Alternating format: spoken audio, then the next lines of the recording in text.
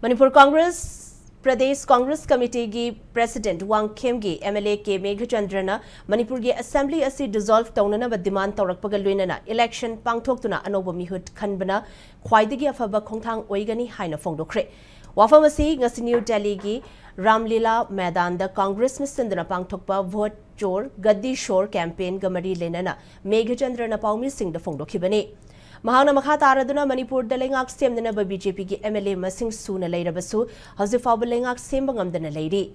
BJP MLA Sing the Lengak Sem the Nabagi Pandam the central leaders Singa Kayarak Unaduna, Wari Sanarabasu Tabak Oina Pangtopangamdri. BJP Lengaki administrative failure Asanamaram Oiduna Mui Lissing Humfu Hena relief camp ta Awaba Mayok Naduna lady. Miyamna Tengnariba Awaba Amadi Kudongcha Dabasing Asi Koknanaba Assembly dissolved Tawdana fresh mandate Pangtoknaba Congress na demand Tauri Haina Phongdoki.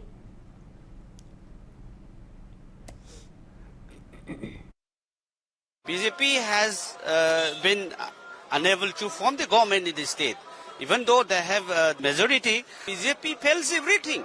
They failed administration in the last 3 years. Displaced people languishing in the relief camp, it is more than 60,000. Financial crisis also there in the state. So our demand is that we want dissolution of the assembly and have a fresh mandate. This will be the best in our state because we are facing problems like anything.